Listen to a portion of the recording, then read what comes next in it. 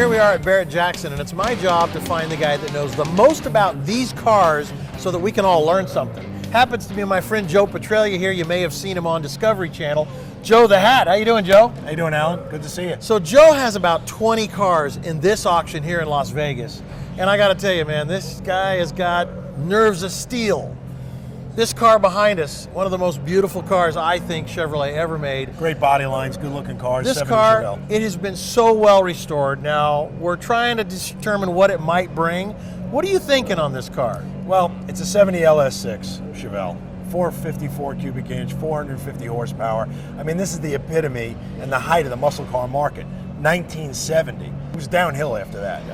Less than 3,000 were ever made. Super desirable. When you get them at this level of restoration, this car, by the way, $205,000 to restore. Wow. 2 years ago, I didn't do it. The gentleman that I acquired the car through. And you've owned it how long? I've owned the car about 13 days. 13 days, right? Put a deal together with 3 other guys, 6 trades, 4 cars. This thing ended up at my shop. So he's got over 200 grand in it.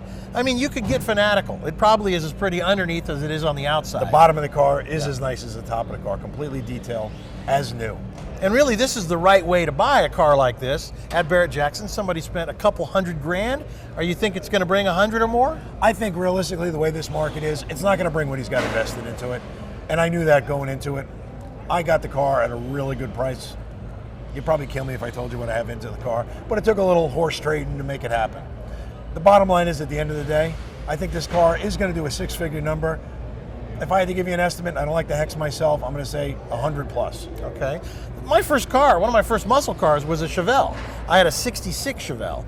Is there a certain year that is the most desirable?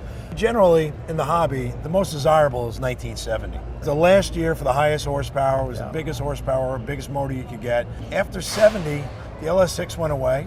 You had the LS5, compression started coming down, the low lead fuel started coming in, then eventually no lead fuel came in. So they had to compensate for it. The government got on the manufacturers to clean up their act and get the cars to run a little more efficiently and a little greener.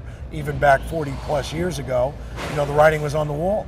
So to give you an idea, this car went from 450 horsepower in 1970 to the last year SS, which was 1973, which you could get a 454 in it, but it was somewhere down around 200 horsepower. Oh, good. So the car got whacked, 250 horsepower in a 3-year period. And that's just what happened. Well, the 70 Chevelle is one to watch. Obviously, if you own one, you may want to call RPM, Rare Performance Motor Cars, Joe Petralia. And this guy right here is the guy that knows what it's worth, and he knows whether or not he should buy it and bring it to Barrett-Jackson. Joe, we're going to see what this brings right now. Let's go. Let's see what happens at the auction block.